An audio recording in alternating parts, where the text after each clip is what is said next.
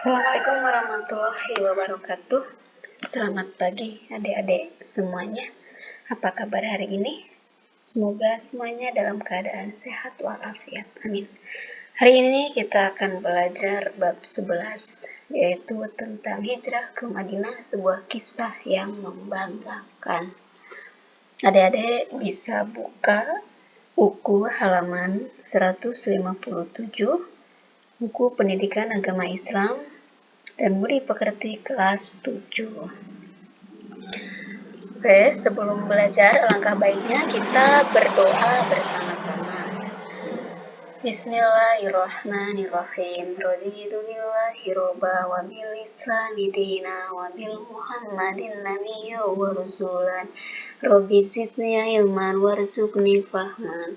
Semoga apa yang kita pelajari hari ini mendapat ridho dari Allah Subhanahu wa taala dan juga bermanfaat serta barokah. Amin. Di bab ini kalian diharapkan mampu memahami Nabi Muhammad SAW ketika berada di Madinah, kemudian diharapkan mampu mempelajari dan memahami kronologi peristiwa hijrah. Kemudian yang ketiga, diharapkan kalian mampu mengkaji dan memahami strategi dakwah Nabi Muhammad di Madinah. Kemudian diharapkan kalian mampu meneladani nilai-nilai perjuangan Rasulullah SAW di Madinah. Nah, silakan adik-adik amati, adik-adik cermati, ini gambar apa? Adakah yang tahu? Ini di mana coba? Coba tebak adik-adik. Iya, betul sekali. Ini berada di Madinah, yaitu Masjid Nabawi. Ini kompleks Masjid Nabawi seperti ini ya, megah sekali, Masya Allah. Nah, ini kalau yang bawah ini adalah makam para sahabat-sahabat Rasul ataupun orang-orang yang berperan dalam memajukan perkembangan Islam ketika zaman Rasulullah. Kalau yang sebelahnya ini adalah Bukit Uhud.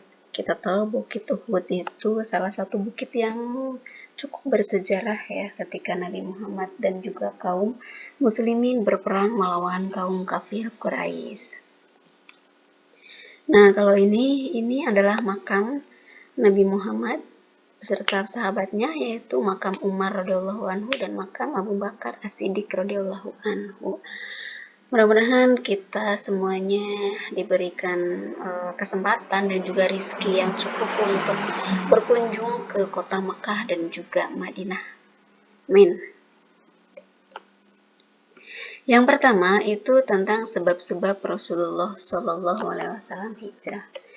Nah, sebelum kita mengetahui sebab-sebabnya, kita harus tahu dulu apa sih hijrah itu. Hijrah artinya adalah pindah. Hijrah Rasul artinya adalah perpindahan Rasulullah SAW berserta dengan sahabatnya dari Mekah ke Madinah. Nah, di sini sudah dirangkum beberapa sebab-sebab Rasulullah SAW hijrah. Yang pertama itu adanya perintah dari Allah Subhanahu wa taala, itu dalam Quran surah An-Nisa ayat 97. Nah, setelah Nabi Muhammad berdakwah di Mekah, itu ternyata serangan dari orang-orang kafir Quraisy itu semakin lama dan semakin meningkat. Dan juga ketika itu Nabi Muhammad sedang berduka, disebut dengan tahun duka cita atau Amul Huzni, yang ketika itu istri beliau yaitu Siti Khadijah serta pamannya Abu Bakar As-Siddiq yang selama ini menjadi pelindungnya itu meninggal dalam tahun yang bersamaan. Makanya di sini disebut dengan tahun duka cita atau Amul Huzni. Nah, kemudian peristiwa Isra Mi'raj, ketika Nabi Muhammad sedang bersedih di tahun Amul Huzni ini, Nabi Muhammad kemudian mengalami peristiwa Isra Mi'raj, yaitu perjalanan Nabi Muhammad dari Masjidil Aqsa kemudian ke langit ke-7. Ini dalam peristiwa ini Nabi Muhammad menerima perintah sholat 5 waktu. Nah, kemudian sebab yang selanjutnya adalah harapan baru untuk mengembangkan Islam di Madinah. Nah, berikut adalah bunyi surat An-Nisa ayat 97. Jadi adik-adik bisa lihat ya di Al-Quran juga ada, adik-adik bisa menyalinnya kembali. Kemudian yang kedua adalah perjalanan hijrah Rasulullah SAW. Ini dimulai tahun 620 Masehi. Rasulullah SAW ini bertemu dengan 6 orang dari Yastrib. Madinah itu dulunya bernama Yastrib ya, kalau sekarang sudah berubah jadi kota Madinah. Ini 6 orang ini berasal dari kabilah Khazraj.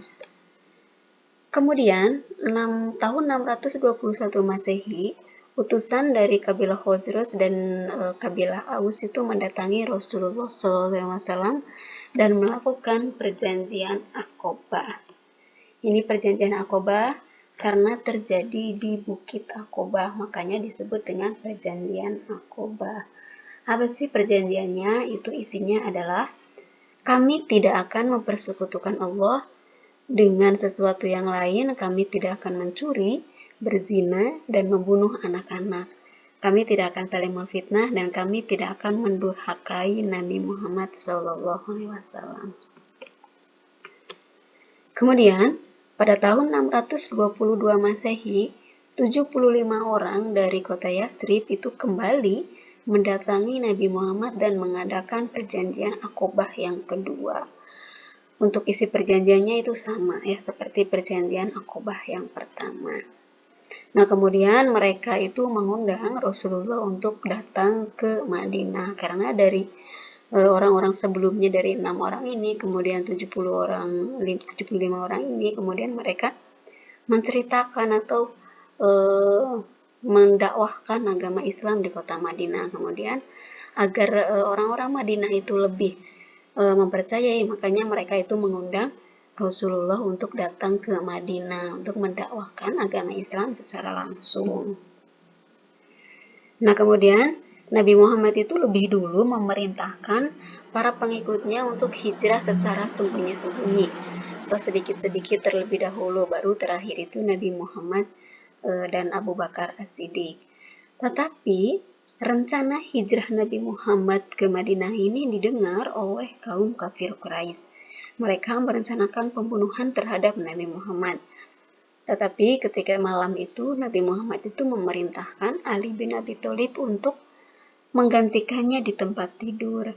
Alhasil, kaum kafir Quraisy itu tidak menemukan Nabi Muhammad, tapi yang ditemukan adalah Ali bin Abi Thalib, sehingga kaum kafir Quraisy tidak jadi membunuh Nabi Muhammad, dan atas izin Allah Nabi Muhammad selamat dan berhasil keluar dari rumah tersebut. Kemudian menjelang malam Nabi Muhammad itu mengajak Abu Bakar untuk hijrah ke arah selatan menuju Gua Sur. Nah, di perjalanan mereka di Gua Sur itu bersembunyi selama 3 hari sampai situasi dirasa cukup aman. Nah, di sini ketika beliau bersembunyi itu tidak ada yang tahu kecuali putra-putri dari Abu Bakar dan pembantunya yang mengantarkan makanan untuk persediaan perjalanan Nabi Muhammad dan Abu Bakar. Nah, kemudian pada hari ketiga itu beliau dan juga Abu Bakar As-Siddiq itu melanjutkan perjalanan setelah dirasa cukup aman. Nah, ini Abdullah bin Uraikid dari Bani Du'il diminta sebagai petunjuk jalan menuju Tihama dekat pantai Laut Merah. Jadi mereka itu sengaja melalui jalan yang memang tidak biasa dilalui oleh manusia untuk mengecoh para kaum kafir Quraisy. Nah, sementara itu orang-orang kafir Quraisy itu mengadakan sayembara. Barang siapa yang bisa menangkap Nabi Muhammad baik hidup ataupun mati, maka hadiahnya sangat besar dan jabatan tinggi menantinya. Nah, ketika itu cukup membuat sebagian masyarakat itu tertarik, termasuk Suraka bin Malik ini mencoba menemukan Nabi Muhammad yang memang ketika itu mengetahui rencana perjalanan Nabi Muhammad dengan Abu Bakar. Nah, di sini Suraka bin Malik itu ketemu atau mengetahui persembunyian dari Nabi Muhammad. Setiap Suraka bin Malik dan rombongannya ini akan mendekati Nabi Muhammad, tapi kudanya selalu tersungkur. Mendekati lagi, tersungkur lagi, mendekati lagi, tersungkur lagi, sampai berulang 4 kali. Ini akhirnya dengan kejadian itu Suraka bin Malik ini merasa bahwa itu adalah pertanda buruk dari dewa. Akhirnya Suraka bin Malik ini mengurungkan niat untuk mengejar Nabi Muhammad. Dan Nabi Muhammad akhirnya selamat. Kemudian setelah kurang lebih sekitar 7 hari, Nabi Muhammad singgah di Kuba. Itu 2 mil dari Madinah. Ini beliau kemudian membangun masjid serta melaksanakan sholat Jumat pertamanya itu di kota Kuba. Nah, kemudian setelah itu melanjutkan lagi perjalanannya sampai ke Madinah. Sampai di Madinah itu sekitar tanggal 12 Rabiul Awal. Disambut dengan meriah oleh para pengikutnya atau para umat muslim yang sudah lebih dulu sampai di Madinah. Nah, kemudian dakwah Nabi Muhammad di Madinah ini atau kegiatan Nabi Muhammad di Madinah itu yang pertama adalah membangun masjid yang nanti akan kita kenal sebagai Masjid Nabawi. Dulu ketika pertama dibangun itu hanya berdinding bata, berkayu berbatang kurma, kemudian beratap daun kurma. Sangat sederhana sekali ya kalau kita bandingkan dengan Masjid Nabawi yang sekarang ini. Ketika zaman Rasulullah itu masjid tidak hanya dijadikan sebagai tempat sholat saja, tetapi dijadikan sebagai semua pusat kegiatan umat muslim, termasuk bermusyawarah, kemudian berdiskusi, dan apapun kegiatannya itu dipusatkan di masjid. Nah, kemudian kegiatan Nabi Muhammad yang selanjutnya di Madinah adalah mempersaudarakan kaum Ansor dan kaum Muhajirin. Kaum Ansor itu adalah penduduk muslim yang berasal dari Madinah. Kemudian Muhajirin ini adalah penduduk muslim yang hijrah dari Mekah ke Madinah. Ini diantaranya kaum Muhajirin itu yang pertama Abu Bakar, kemudian Umar bin Khattab, Bilal bin Rabah, Amir bin Abdillah, Abdurrahman bin Auf, Zubair bin Awam, Utsman bin Affan, Thalhah bin Ubaidillah, Abu Huzaifah, dan Ammar bin Yasir. Kemudian kaum Ansor ini ada Kharijah bin Zuhair, Itban bin Malik, Abu Ruwaihah, Sa'ad bin Mu'adz, Sa'ad bin Rabi, Aus bin Sabit, Ka'ab bin Malik, Ubah bin Bishr, Huzaifah bin Yaman, dan Salamah bin Salamah. Nah, ini ada peninggalan ataupun istilahnya karya dari Nabi Muhammad yang cukup terkenal, itu disebut dengan Perjanjian Madinah atau Piagam Madinah. Dan isinya yaitu yang pertama, kaum Yahudi bersama kaum Muslimin itu wajib serta dalam peperangan. Yang kedua, kaum Yahudi dan Bani Auf diperlakukan sama kaum Muslimin. Yang ketiga, kaum Yahudi tetap dengan agama Yahudi mereka, dan demikian pula dengan kaum Muslimin. Yang keempat, semua kaum Yahudi dari semua suku dan kabilah di Madinah diberlakukan sama dengan kaum Yahudi Bani Auf. Yang kelima, kaum Yahudi dan Muslimin saling tolong-menolong dalam memerangi atau menghadapi musuh. Yang keenam, kaum Yahudi dan Muslimin harus senantiasa saling berbuat kebajikan dan saling mengingatkan ketika terjadi penganiayaan dan kezaliman. Yang ketujuh, kota Madinah dipertahankan bersama dari serangan pihak luar. Yang kedelapan, semua penduduk Madinah dijamin keselamatannya kecuali bagi yang berbuat jahat.